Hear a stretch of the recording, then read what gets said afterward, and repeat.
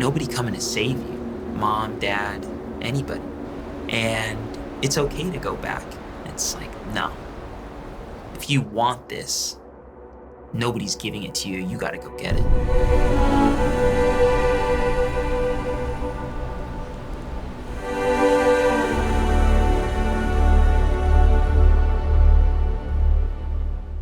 Growing up, I was raised by mom and dad, but they worked a lot. So when they weren't around, I was raised by my grandma and a live-in nanny. My sister and I are first-generation Americans, so my family immigrated from Egypt. And I think the immigrant mentality is you work hard and you sacrifice and things will work out. From my parents' approach or my parents' perspective raising Crystal and I think it was very much, if I work really hard, I will be able to provide for them and they're gonna do better. I think when I was a kid, I looked at that and say, you know, I'd much rather you guys be spending time with us. And now looking back, I'm really grateful for their absence. And I don't mean that disrespectfully. I say that to my parents candidly. I really am proud of who I've become, who I continue to become. And I think a lot of it was as a result of the independence that they gave me from a young age. I'm pretty confident in my ability and I'm pretty confident in what I can do. So I kind of welcome challenge to prove to myself, can you do this? Do you have it? And I think I got that from my parents. And I think my parents have that from this American dream, gonna do whatever it takes mentality. He's always been that way. Always since young, since elementary school. He's always been one of those have charisma about him for people to kind of, be around him, and he loves people. He always have a burning desire for the thing is unreachable and is like, I can do it. And then he figures out a way on how to get it done. With climbing, what I've been so attracted to is how clean and how pure the goals are, right? So there's less noise, there's less to distract you because the measuring stick is very clear. You either got to the top or you didn't. And of course, climbing is a lot more than summiting, but the finish line is very clear.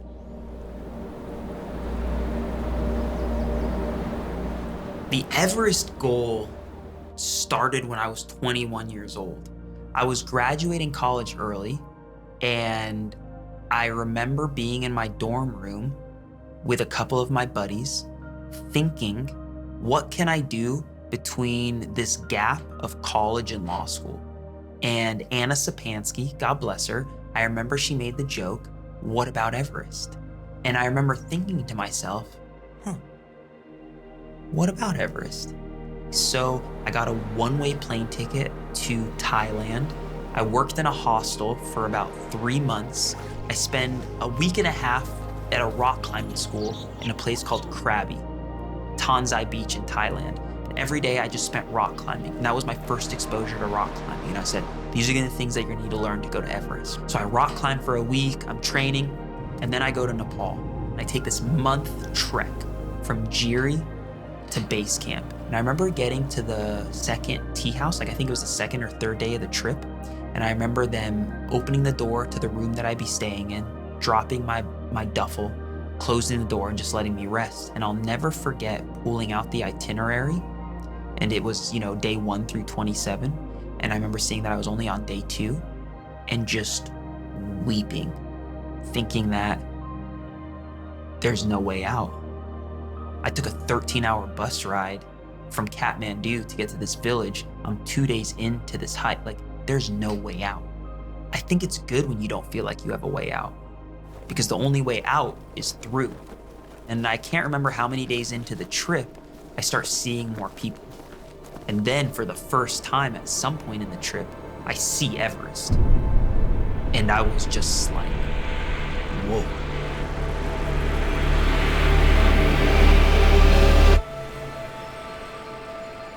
Before COVID hit, I had planned and booked and been preparing to climb Denali or McKinley in Alaska, the biggest in North America. And the purpose of climbing Denali, other than to climb a beautiful big mountain, was to train for Everest. This was gonna be a great way to see, do I have what it takes? That got taken away from me because of COVID. So Bolivia was sort of the happy medium. I went to Bolivia to climb a bunch of smaller peaks, including Illimani, to see how my body would perform at that altitude. I committed everything to climbing that mountain in Bolivia. I really trained like my life depended on it. The trip was going perfectly. I summited every peak going up to it. We climbed some stuff that we weren't even supposed to climb. And I was crushing it. Physically, I was crushing it. I was staying healthy. My mind was right. The group was right. The guides were right. It was a dream trip. It was probably one of the best trips I've ever gone on.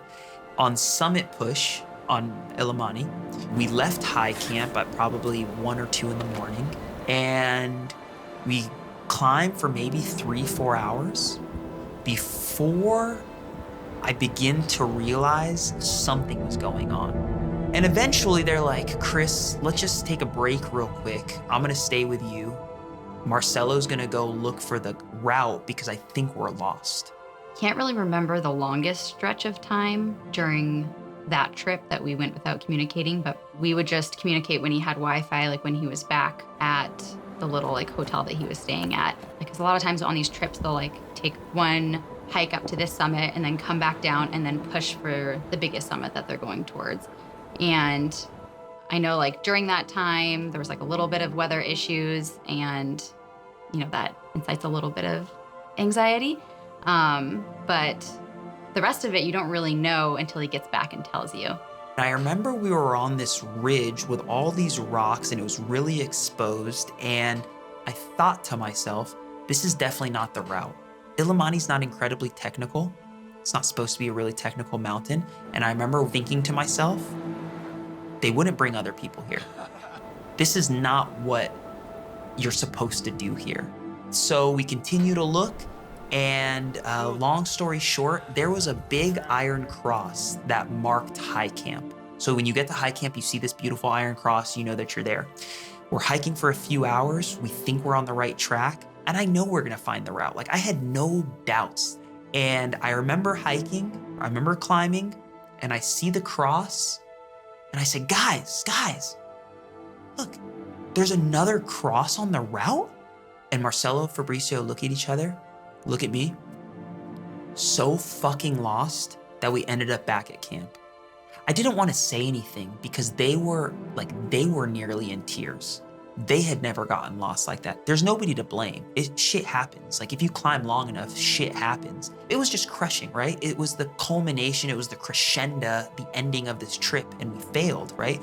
So we go back to the camp and I just sat down on a rock in front of my tent and I began to undo my boots and I couldn't control it. It just came over me. I just felt defeated, right? I just worked 8-9 months to get prepared for this. I've been gone from my family for a month. And of course we were climbing other mountains, but it was all to get this mountain.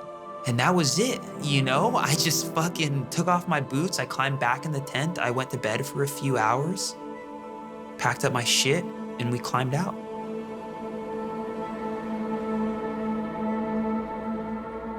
I really, until this day, I don't know what is God's reasoning behind it, because he had people very, very experienced and somehow lost their way for whatever the reason is.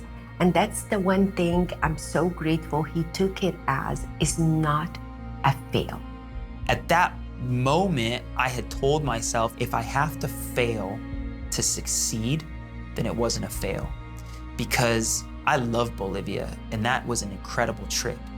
But there is no doubt that I was only there to get to Everest. And that was really the mindset shift when I didn't touch that peak. I just said, if this failure was to get me to the summit of Everest, I'll fail every day. 2 weeks later, I think after the rest, talked to Paige, is it gonna be this year or is it gonna be next year? And Paige said, I really believe in you. Everybody is telling you that you have this. I really want us to start this family. Why not next year? And I'm grateful for that because it put me out my comfort zone. It obviously is important for me to put like my growing family first. So Paige was on board. It was gonna be March of 22. Mom and dad were on board. It's gonna be March of 22. And that was kind of it. I think, very honestly, I was wishing the whole time that he would change his mind. Yeah, I would talk to my mother-in-law about it and my sister-in-law, and all of us felt the same way, like, oh, just wake up the next morning and have changed your mind that you don't want to climb Everest just for fear of what could happen. And so I think it was harder at the beginning. I was happy that he decided to do it this season as opposed to putting it off, just with regards to like wanting to start a family and all of that. So the timing was better for sure. I mean, oh gosh, these big goals, it's just like if your family is not on board, it's gonna be a fucking disaster for you to try to accomplish because it affects them so much more than it affects you.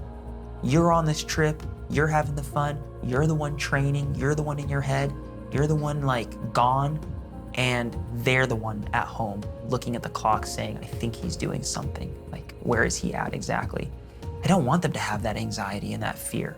So the way that I was able to control her, what I could do was train your face off. And I trained my fucking face off. What are you doing? I'm here, I'm doing the pack. Have we started? Oh, we started. We're doing the gear check. So we leave a week from today, slowly setting out all the gear to do the final gear check, which we will do tonight actually. So this is like the pre-check to the gear check. The better prepared you are, the less chance something's gonna happen. And I've been on enough climbing trips to know that fatigue is real and exhaustion is real. And that's when mistakes happen. Mistakes always happen when you're tired. Mistakes always happen on the way down. And they're little mistakes, tripping on your crampons, having your crampons catch a boot, having your crampons catch a pant leg. Very basic type shit that you do wrong because you're exhausted.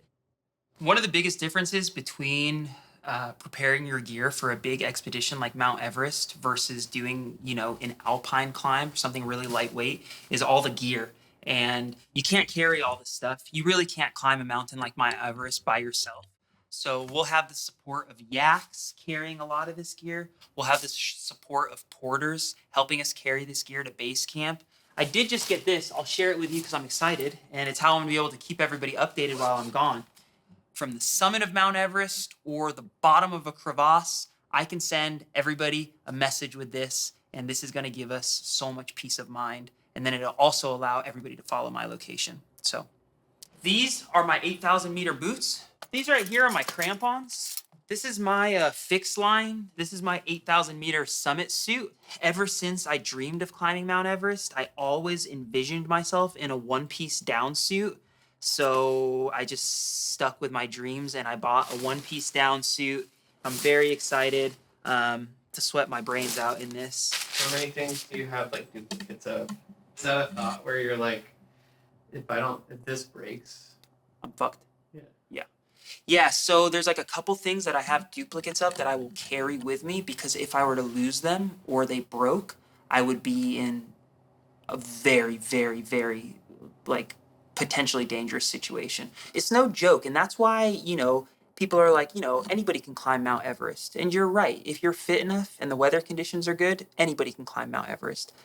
But if you've never climbed a mountain before and you don't know to like clip your gloves to your harness or tuck them into your jacket, and then you sit down to eat a snack and then your gloves slide down the mountain and now you don't have gloves, you will lose a hand.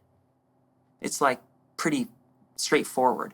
So I think it's all those like micro lessons that you learn climbing that really come to fruition when you're on a big mountain like this, because you can't learn that watching a video. You can only learn that in practice. And it's like if you lose a glove, you're fucked. Or if you were to lose your goggles, you are fucked. So Don't lose your goggles.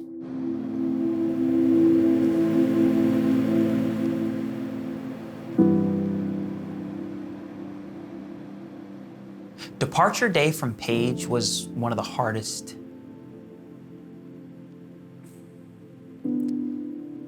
I don't know, it was just so hard. I don't know what to say other than I never with you guys, never with Paige, never with my mom talked about the possibility of not coming home. Just don't put it in the atmosphere. Don't put it in the atmosphere. But I've also been climbing long enough and exposed to enough to know that there's like a lot I can't control, right? So, I mean, it was just hard because it's like, you make these promises like, I'm coming back. Of course, like I'm coming back, but I can't guarantee you I'm coming back. I'm definitely not gonna say that out loud to you, but you are thinking that. Oh, that was right on her toe, but now she's awake. What's happening? It's the beginning of your GoPro videos for your trip. I wasn't planning on it, but I guess so. It was charging, so I just grabbed it.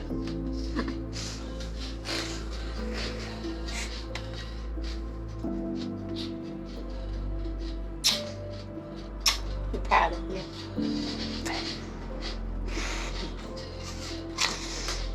Camera makes me want to cry. I think because it makes me feel more real. I guess it is real, but now I'm picking it up like, man. Starting the trip. And I'm already counting down the days.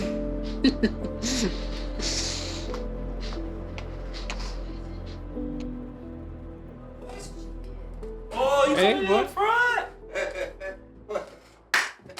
Damn, I feel flattered pulling out the big guns for him. Oh, look at this. So here's the first photos. Oh, let me see. Bunch. First photo, meaning there's people there already? Yes, remember this. Oh, I gotta get glasses. I gotta see.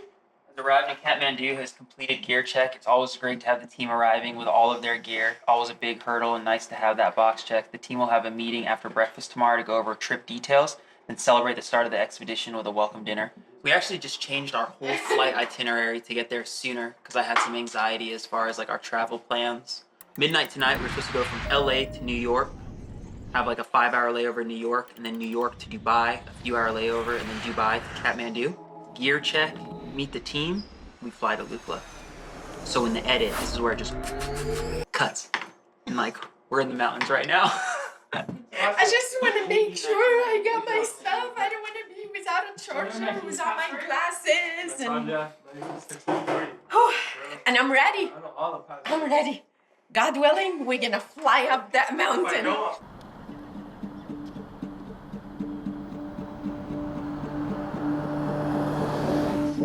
I got my backpack.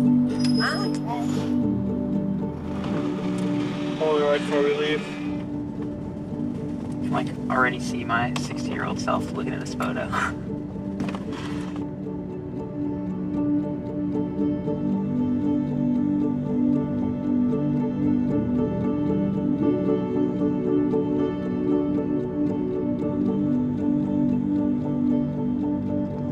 I wrote, be present, be grateful, be proud of what you've done already. I love you, Paige.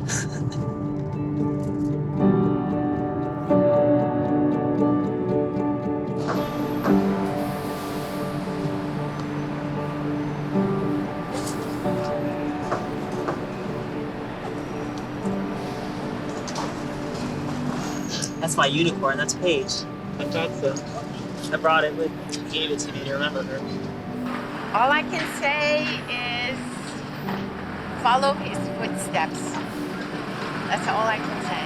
Just have his heart and have his courage and do what you want to do. It's gonna go quick. It's gonna go quick.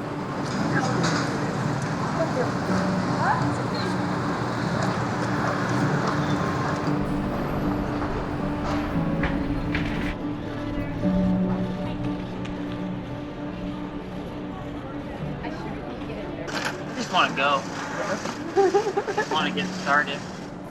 It's also like, I will tell you for certain, these last few days / week with Paige has been very special, that I don't think our relationship will ever be the same after, you know?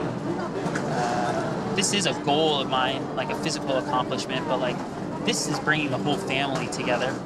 Look at my dad. He don't ever cry. It's hard. It's hard, right?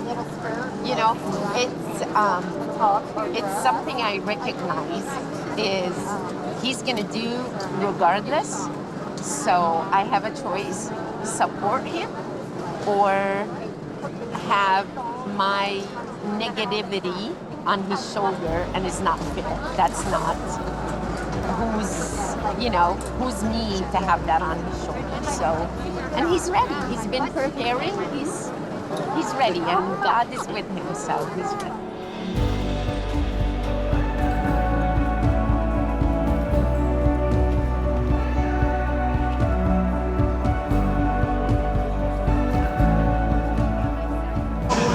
That's it, James. Is it? I love you, man. Love you too.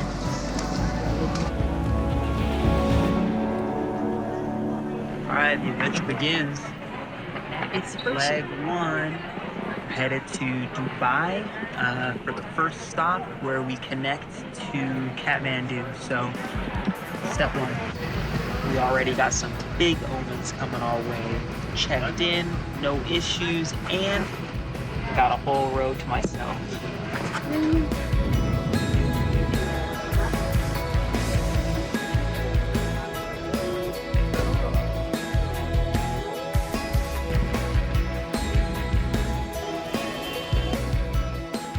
All right, meal number one. This is called dalbat, local cuisine.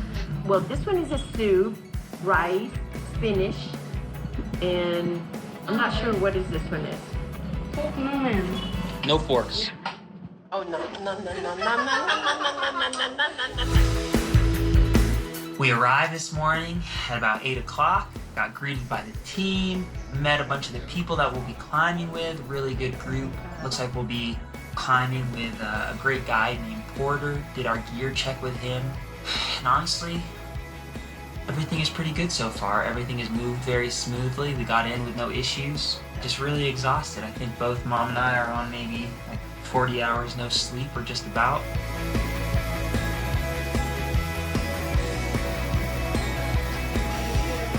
We fly to Lukla today to start the trek to base camp. Fellas, good morning, good morning. Howdy, howdy. Day one, about to get it started.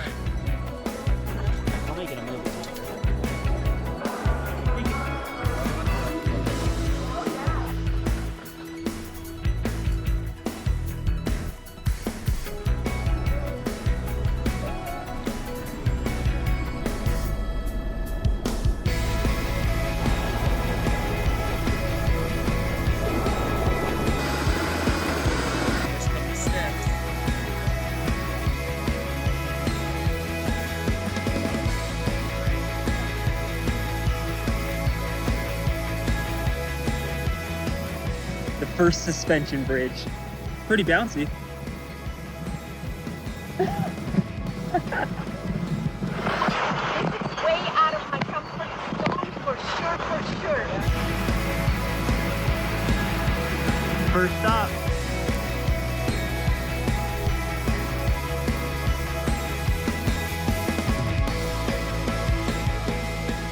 Just made it to Pakding, night one. All right, Mama. First stop, how you feeling? I feel amazing. Day one. I feel so good, especially that last bridge. That was a little bit wobbly. So, getting up to base camp, you stay in a lot of villages, and you're really not camping in a tent. You don't sleep in a tent until you get to base camp. Everything up until base camp are staying at tea houses in these villages. So we are in Pakding at the first tea house that we're staying at. Thought I'd give you guys a little tour of the room. Check it out. Got a real bed. We head to Namche Bazaar today, which is at 11,300-ish. How you feeling, Mama? I feel good. I'm awake. Thank God. It's cold. It's a little bit cold. Making rooms.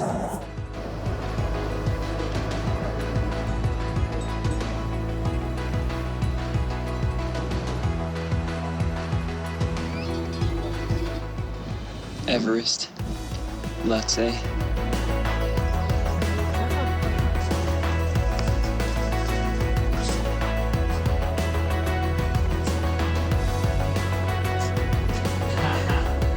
Oh, look at this.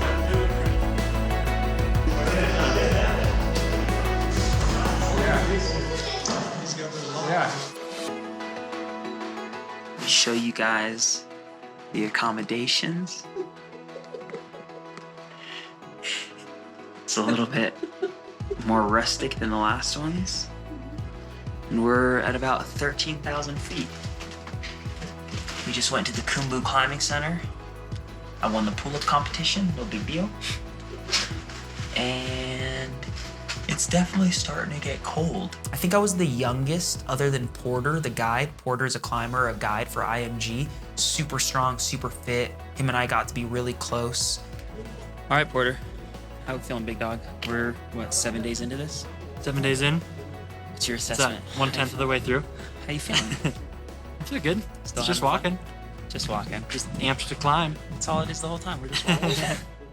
I think it took us 3 weeks to get to base camp at a very moderate pace. And the biggest challenge that I wasn't expecting is, ignorantly, is COVID. People were getting COVID out there.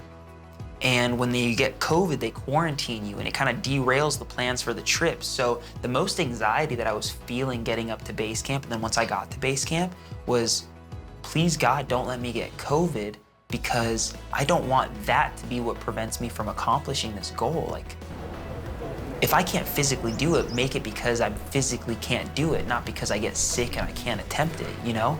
And I didn't expect, oh my gosh, I didn't expect how much anxiety I was gonna have from the fear of not getting sick. Just went through the gates, Sagarmatha National Park. Hi. With my main man, Chiri. Chiri. Yeah!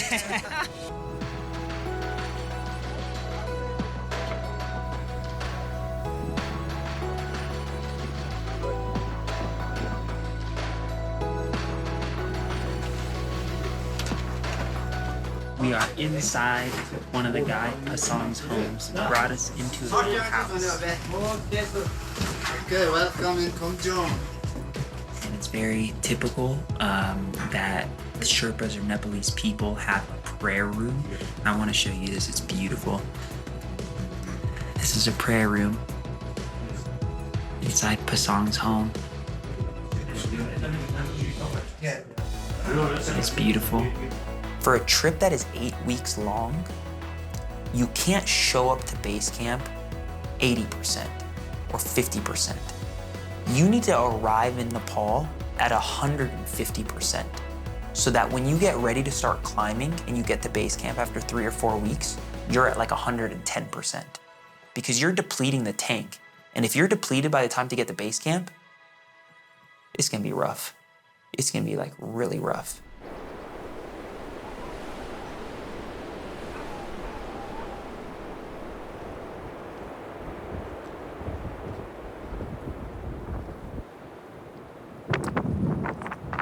Good job. Made it to base camp. How do you feel? Proud of yourself? You did great, you're strong. Ready to go home? Yes. Ready to go. You can come in briefly or we'll meet him outside. But yeah, so this is your kitchen tent. We got a storage tent, and then it's the Sherpa dining tent, and then the Sherpa kitchen is over there.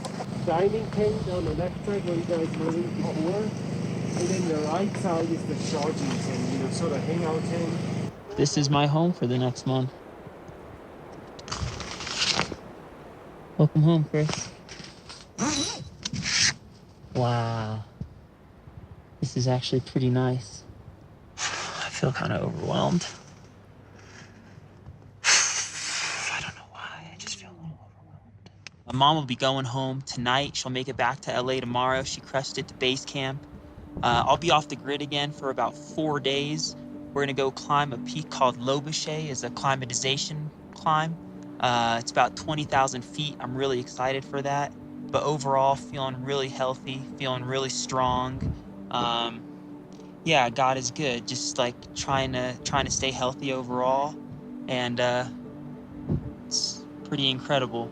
So I love you guys. I miss everybody a whole lot. Counting down the weeks till I get back. 6 weeks or less, God willing. When my mom left base camp, that was super gnarly. It was just like out of a movie. I'll never forget, you know, mom walks into the helicopter, they close the door, and she's just like looking at me and like waving goodbye, and it was fucking heavy. I think for me, I was ready for her to go, not because she was bothering me, but because it was getting real, and you don't want to expose them to some of the realities of everything. So I think first day we get to base camp, one of the Sherpas died. Or like things are happening and people are talking, and I'm just like, God, I don't need her hearing this. So we did have a fatality this morning. At about 4 o'clock, one of the Sherpas carrying a load up there just sat down to rest next to the trail and just never got up again. It was either a heart attack, blood clot, aneurysm. I mean, it was some medical related. When she left, there was this relief because it's like, I don't need her being exposed to all this. But honestly, that's when the work really got started. That was like real day one of the trip. Mom is gone, you're on your own, and the real climbing begins.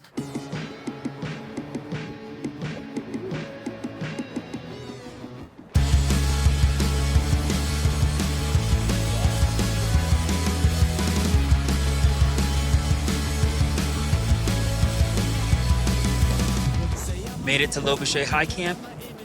Rest for a few hours. We'll hit the summit tomorrow morning. Views are unreal though.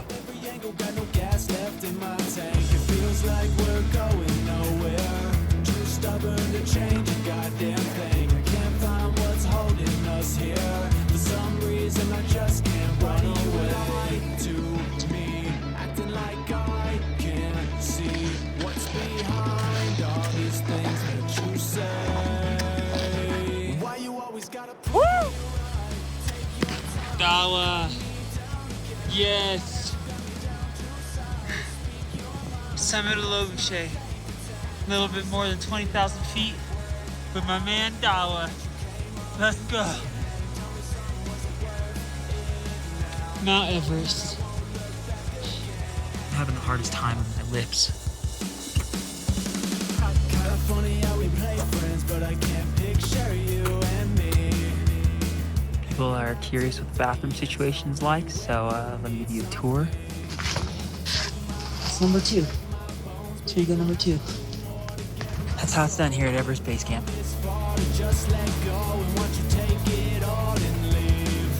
Right now we're crossing a crevasse, a few hundred meters deep. The wind is blowing 400 knots. I'm really gassy. Going through all the food for the high camps. Look at these guys, working hard. Sushi for dinner tonight.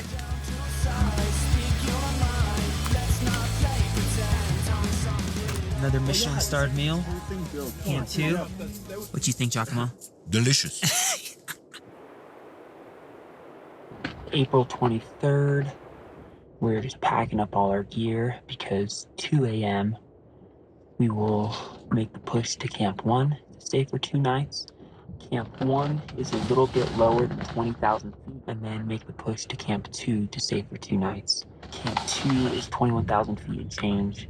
Both of them will be the highest I have ever slept. Definitely, you know it's coming, but feeling nervous in a good way. Positive nerves, excited nerves. It's been another really interesting day at base camp. It's beautiful right now. Sun's out. Weather's not too bad. We had a puja earlier today. That's the ceremony or the blessing that they do for all the climbers and the Sherpas.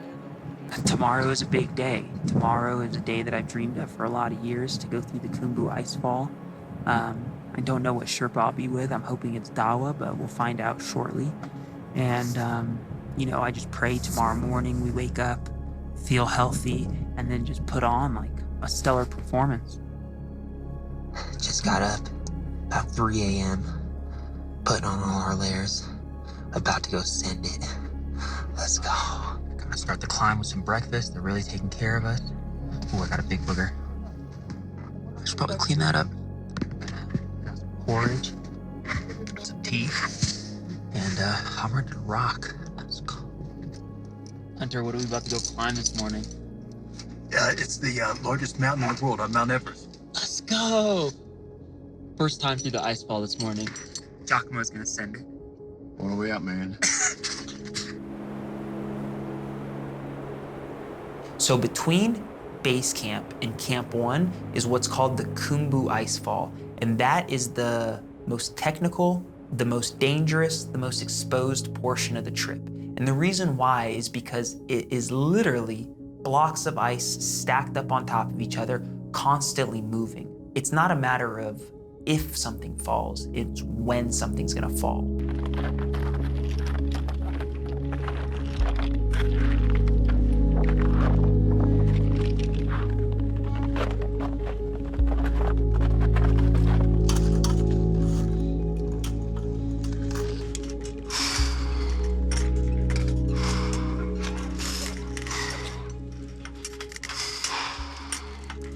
I think when you can realize that you can still flourish in suffering, or when I think about some of the most fond memories of my entire life, or the most formidable things that I've ever done, have been in these moments of complete suffrage.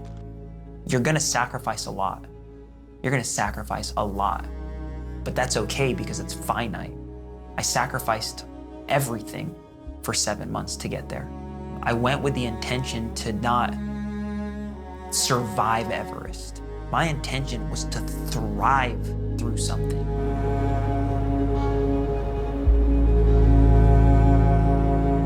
Welcome to Camp 1 on Mount Everest. It's pretty cold. I'm not gonna lie. I'm fucking worked. Started off super strong, thinking all these wonderful things like, man, you deserve to be out here, you belong out here.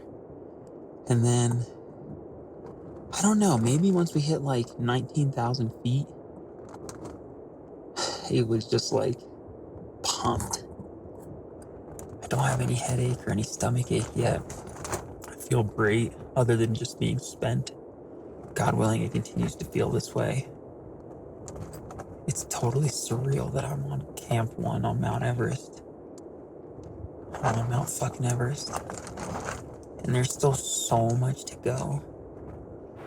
Quick hike, halfway up to Camp 2.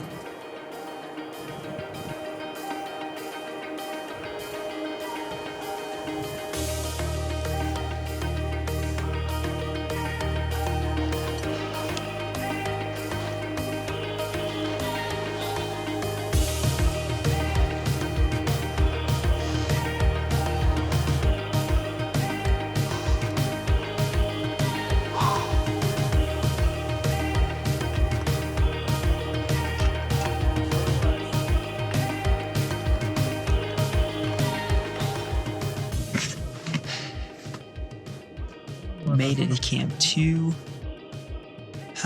quite a few hours ago, but just didn't have it in me to pick this thing up yet. It was a beautiful walk. It wasn't too hard. Yesterday we went partway up and I was sucking wind. It's amazing what another night of rest will do to you. It's the highest I've ever been. We're at about 21,300. Highest I've ever been, highest I've ever slept. And I feel good. The sights are pretty incredible. The climb from here to Camp 3 looks like no fucking joke. But then again, the climb from base camp to Camp 1 was no fucking joke. So, I'm happy, feel good. I'm really grateful there's a toilet tent. I shit in a bag in my own tent yesterday and it's just not that comfortable, so I'm really grateful that there's a little toilet tent for us again. see what it looks like outside my tent.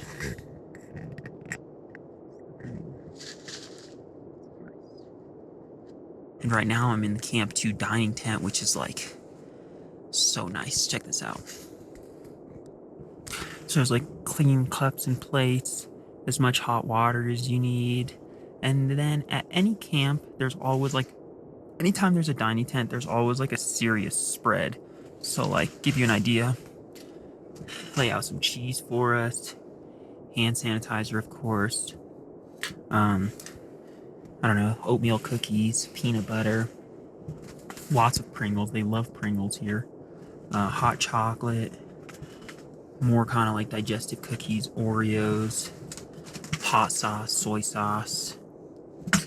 Porter loves this shit. Porter is one of the guides, whatever that is. It's really nice. Oh, my man, Giacomo.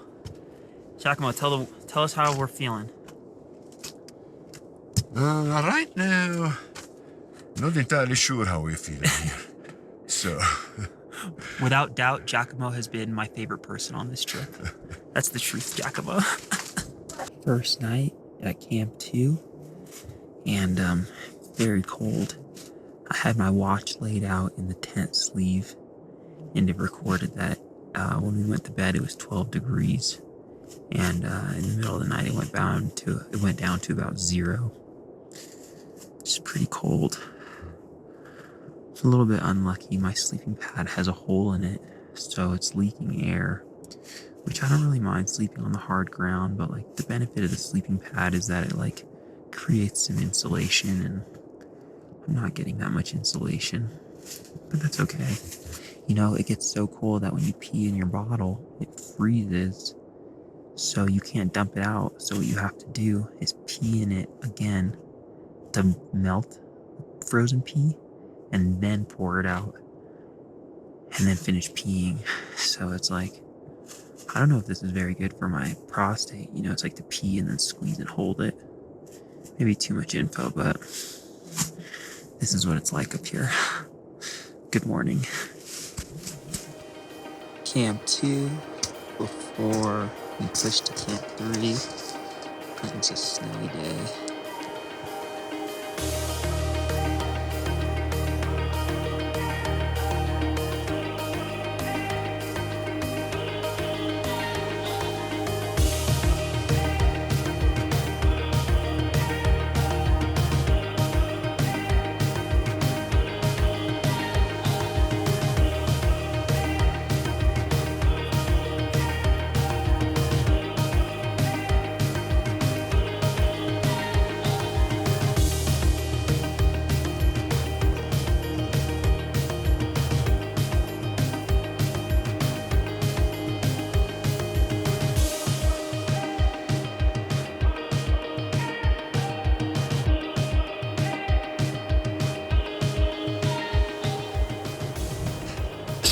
Made it. Camp 2 to Camp 3 with Dawa. 3.5 hours. And I'm crying. Just because I'm happy. It's not like I didn't think I was going to make it, but like, I don't know. I'm just so overwhelmed. Check out the view.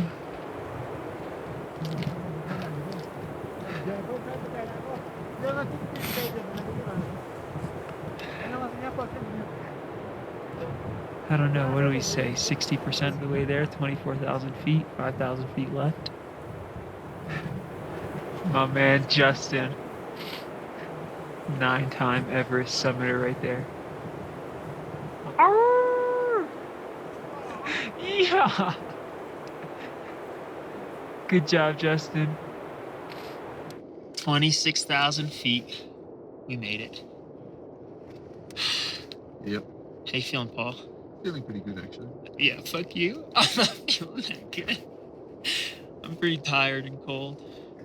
But I think if that's the metric of feeling good, then I guess I'm feeling good, because everybody is.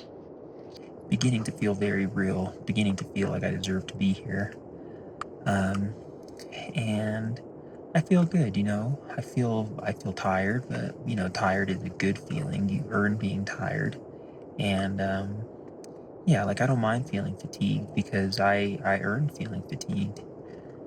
As I sit here and sort of record this, if it didn't go my way, I'm not sure I have the desire to repeat it and like put the family through it again and train for it again. And I just don't know. It's really a lot. So hopefully I'm a one and doneer. And, if not, God has a plan.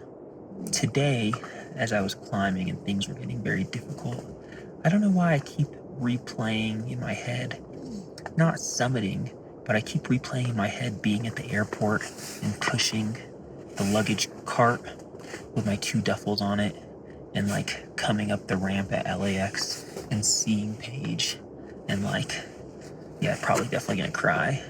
But I just kept replaying that in my head, coming home, seeing her pushing the luggage cart, dropping it, giving her a hug, making out with her. And that was enough to keep me pretty motivated. She's been in my mind's eye constantly. I don't know what I would be thinking about so much if I wasn't with her. That's an interesting thing to think about. What would be my motivation so much? Because I get to the top and I message her and she's like, oh, I'm so proud of you. I'm totally doing this for myself, but more and more as I get further along, the more I'm like, yeah, she's proud. What would I be thinking about otherwise?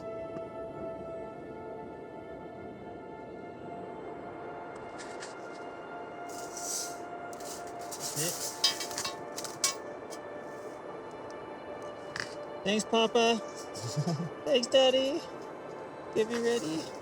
Camp 3 is a very dangerous camp to spend a lot of time at. I mean, these tents are in the snow, but they're on a mountain that's like this.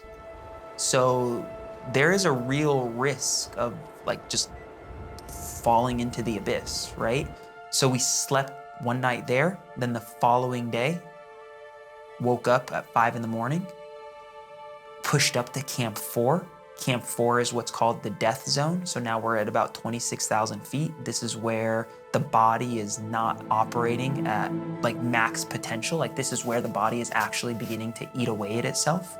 Get up to Camp 4 at about 10 a.m. and I just laid in my tent, didn't even pull out my sleeping bag. It was warm enough, thank God, that I just laid in the tent, sit on oxygen to try to rest. And 7 p.m. we left for the summit. It's about 7:30 p.m. on May 13th, and we're about to go for the summit of Everest. Paul and I are going to send it. Let's go. God be with us. God be with all the rest of the climbers. And, please, God, watch over us. We left at 7 p.m. and we were cooking, really cooking. And we were coming off the line, we were passing people, and I'll never forget, we got up to, I think it's called the balcony. It's like a landmark on the mountain.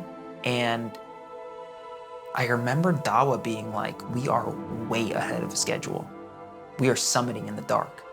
So we get up a little bit further and Dawa says, do you want to wait until the sun's coming up so we can summit at the sunrise? I've dreamed of this moment for so long. I've wanted this for so long. And I just was like, do I wait to get my picture in the sun? It'd make this video better because we got nothing good of me on the summit. I just said it's not worth it. I said the picture is not worth exposing me to any risk, right? I know I have plenty of oxygen. I know everything can go well, but you're not supposed to be up there for that long. Probably a football field from the summit. Dawa says we're almost there. And it's the first time in the climb that Dawa says, you go ahead and get in front of me. You're gonna summit first. We're gonna be the first ones to summit that day. We're gonna have the whole mountain to ourselves, the top of the world, in privacy. Nobody gets it. Nobody gets that. So I get in front of Dawa, I'm starting to get really charged up. I'm still not moving very fast, but I'm getting really excited. Dawa's behind me, everybody's happy. And before the summit plateau, before you get up to the true proper summit, I stopped and I'd been thinking to myself, is this the right thing to do? And I don't know why, it just didn't feel right. So I just stopped and I said, Dawa, I think it's the right thing for you to summit first. I think you should be the first one of the day. and I think you should be by yourself. It just felt right. Like, I never had the dream of being on the mountain by myself. I never had the dream of being the first one that day, but this is his life, and this is everything to him. And I'll never forget, like, burned in my brain, him getting to the summit, going down on his hands and knees, saying a prayer, and I want to say he had like 30 seconds of complete solitude on the top of the world. And then I just chased after him afterwards, and we had the top to ourselves for a little bit, and before everyone just started kind of funneling in behind us. We made it to the summit. The cameras don't work, but the video's working. We made it. Anything is possible.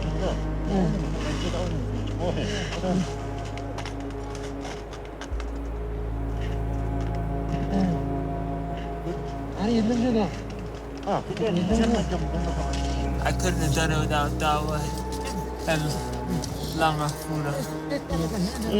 My brothers. My brothers. We're here with you, Paige. My unicorn. Yeah.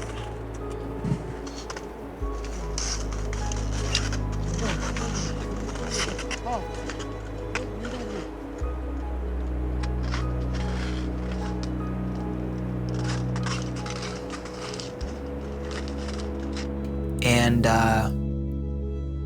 the way that the moon was lighting up the Himalayas was unreal. And Everest is on the border of Nepal and China. And on the Nepal side is just blackness, just a sea of mountain and clouds.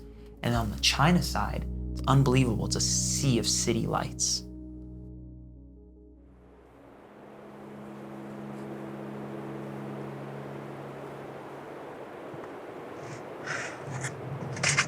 I have very little in me, but it seems like it's the right thing to do to film this right now. We did it. We made it. There's not a lot of footage of us at the top because it was at 3:13 in the morning. But we did it. My ears are so hairy. My skin is fucked. My lip. How red my eyes are. I haven't smoked weed in months. My eyes are redder than the devil's dick. So much to be grateful for. So much to be happy for. It's just like nothing has been put in so much perspective for me than being on this trip, and I'm grateful for that. You know, catching the summit is one thing, but you know, the perspective is invaluable. I'll hold on to this forever. Suffering is good, I think. You get a lot from suffering. And like, you know, I'm fucking talking about suffering. I'm getting to take a shower, so how much am I really suffering? Just perspective. Bye, guys. See you, Dawa. I see you soon. Bye, guys. Bye. Bye, Karen. See you Bye, soon. Krys. Bye, guys. See you, Tashi. Bye, guys. See you, brother. Bye. Bye, Pasang. Bye. Thank you. You're welcome. Just said bye to Dawa. He helped me pack my stuff. I feel really good about everything I was able to share with him. I know he's gonna get a lot of use out of it, more use than I ever would. And felt a little choked up saying goodbye. Definitely sort of changed my life a bit. But just like that, we're packed up. We went from having no weather, no ability to get out, to the sun just shined, and all the ability to get out, so we're leaving. And it's just a good example of life, and like a small little anecdote of, you know, when things seem shit, they're very short and they go quickly. When things seem good, they're also sometimes very short and go quickly. So don't get too hung up on the good or the bad, because everything is moving so fast. Just be in the moment and be grateful. And, you know, I'm so excited to go home, but now I am sad to be leaving. it just feels weird. The emotions are it's just so fleeting. It's crazy, Changed my life. I'll never be the same. And I'm so grateful for this opportunity. And I think God really blesses those that are bold enough to dare to dream. He did for me. We're coming home.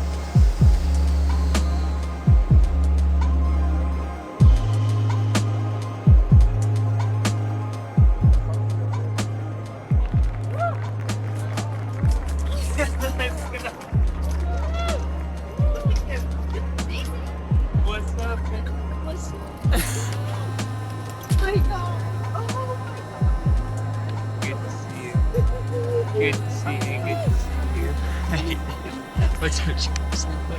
Good to see you. How you doing? We made it. We made it. Hello. You look amazing. I mean, hey, the style is really. I haven't taken it off. The hat is just. It's just the right. Whatever you want. Oh my gosh. Yeah. Never flying anything but business again. Dude, I got a bed. I got as many meals as I wanted. The woman's like, where are you coming from? I was like, I just climbed Everest. It's the first time I've slept in a bed in 2 months. She was... Look at this tan line, though. Can you see it? Yeah. Oh, wait. I got out of Lukla, which is like the airport in the mountains below Everest, on the 17th. I got to Kathmandu the 18th. And then I flew out of Kathmandu to Doha, Qatar. And then Doha, Qatar to LA. Sorry. They say you fry brain cells after a trip like this. Yeah. It's like this weird, like, super accomplished. Yeah. It might be too early to start sharing all this deep stuff on the camera. Like, peeling back the layers in the last 48 hours is like you feel so accomplished, you feel so happy, you feel so relieved it's over. Now that it's over, it's like you feel this weird void. Does that make sense? And I don't know how to say that, like, not sounding ungrateful, but I feel like I've dreamed about something and had something. Like, I thought about Everest 10 fucking years every single day. This thing's on my mind at least for 5 minutes. And now it's done. It's kind of like, it's not what's next, but it's like, what do I do with all this extra space in my head? I don't know. I got kind of choked up, like, thinking about that down when we finished, because it was just like, I don't know. It's like you had this baby and it grew up and it left. Yeah, you're like empty nest. And totally empty nest. Total, like, big void in my chest. There's gotta be something on your mind. Yeah, a baby. A physical baby with my wife.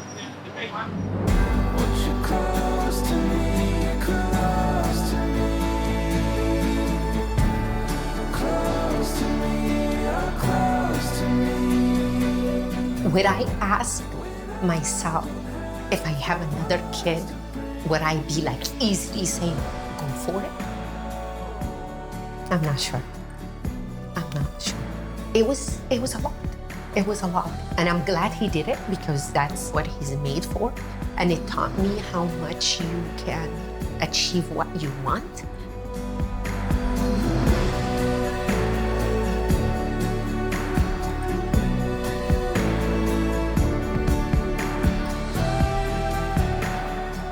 I don't have any regrets, but like the only thing that I want people to like really walk away with is whatever you are chasing, you really better make sure that it is fucking massive, because you will get it and it will come and it's gonna be yours sooner than you think. And when it's there, What next? What next?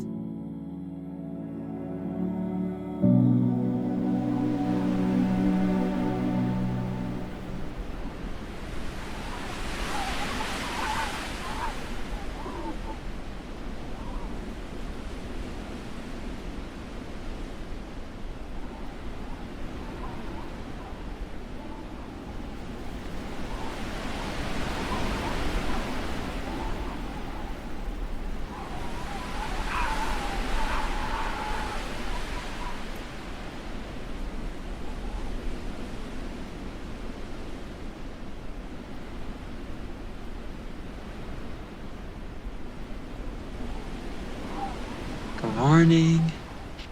It's 6:20 a.m. I'm not sure what peak those are, but I know that beautiful one right there is on the Dublin, and I'm manifesting that I'm gonna come back in maybe 17 or 18 years and climb that before I'm 50. I've been dreaming that Paige and I have a kid in a year, whether it's a boy or girl. Maybe by the time they're 17, they'll be strong enough and they'll have the interest to want to climb that mountain.